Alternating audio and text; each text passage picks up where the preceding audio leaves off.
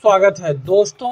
कर्मचारियों की पेंशन को लेकर एक बड़ा अपडेट है सरकार की तरफ से। सरकार ने फाइनली जो रिटायर्ड कर्मचारी हैं यानी पेंशनधारी हैं उनकी पेंशन बढ़ोतरी को लेकर यहां पर अपडेट दिया है।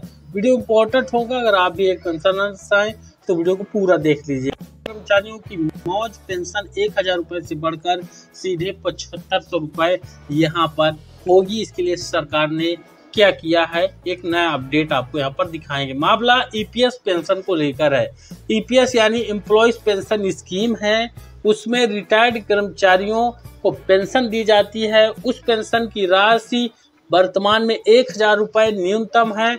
अब ये राशि 1000 रुपए से बढ़कर सीधे 7500 रुपए की जाएगी सरकार की तरफ से। ये 7500 न्यूनतम राशि की जाएगी। बाकी अलग अलग जो पद के रिटायर्ड कर्मचारी हैं उनकी पेंशन अलग अलग होगी। पूरा अपडेट आपको यहाँ पर दिखाएंगे।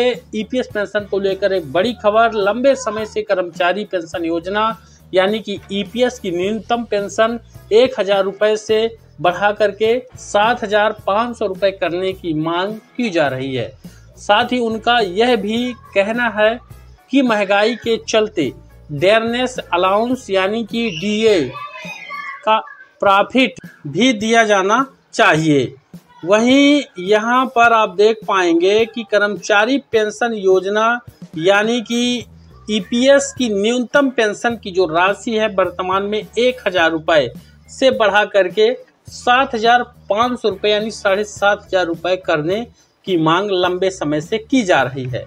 हाल ही में संसद की एक स्थायी समिति ने श्रम मंत्रालय से ईपीएस का तीसरे पक्ष द्वारा मूल्यांकन जल्द पूरा करने के लिए कहा है। और यह ऐसा नहीं कि मौखिक ही बोला गया है, इसके लिए बाकायदा अधिसूचना जारी की गई है। और तीसरे पक्ष यानी अलग जो है एजेंसी के हैं, कंपनी के हैं, उनसे अब यहाँ पर इसका सर्वे करने, मूल्यांकन करने, सभी चीज़ों के बारे में इसके लिए यहाँ पर कहा गया है। अब यहाँ पर जिससे विशाल उम्मीद की किरण दिखाई दे रही है। कर्मचारी पेंशन योजना 1995 में शुरू हुई थी। आपको बता दें कि कर्मचारी पेंशन योजना 1995 में शुरू हुई थी, जिसका उद्देश्य रिटायरमेंट के बाद कर्मचारियों को एक निश्चित हर महीने पेंशन देना है। साल 2014 में ईपीएफओ ने न्यूनतम पेंशन की राशि 1000 रुपए तय कर दी, जिसके बाद से ही इसमें कोई बदलाव नहीं किया गया। इस दौरान महंगाई कई गुना बढ़ चुकी है, लेकिन पेंशन वही पुरानी है। लेकिन पहली बार इस योजना की तीसरे पक्ष से समीक्षा की प्रक्रिया भी शुरू की गई है। इस समीक्षा के लिए रिक्वेस्ट फॉर प्रपोजल यानी कि RFP भी जारी किया गया है और काम शुरू हो चुका है। और उम्मीद है कि इसे तय सीमा के अंदर ही पूरा कर लिया जाएगा। अब पेंशनर्स की क्या मांग है जो कि लंबे समय से कर रहे हैं। ईपीएस 95 के तहत रिटायर्ड कर्मचारियों की राष्ट्रीय समिति ने न्यूनतम पेंशन राशि को 7500 रुपए प्रति महीने करने की मांग किया है। उनका यह भी कहना है कि महंगाई के चलते डेयरनेस अलाउंस का प्रॉफिट भी इन कर्मचारियों को दिया जाना चाहिए।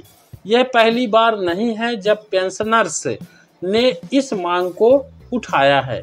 साल 2020 में वित्त मंत्रालय को न्यूनतम पेंशन 2000 रुपए करने का प्रस्ताव भेजा गया था, जिसे मंजूरी नहीं मिली है। अब यह प्रस्ताव साल 2024-25 के बजट के बाद फिर से चर्चा में आया, लेकिन बजट में इस पेंशन को लेकर कोई भी प्रावधान नहीं किए गए।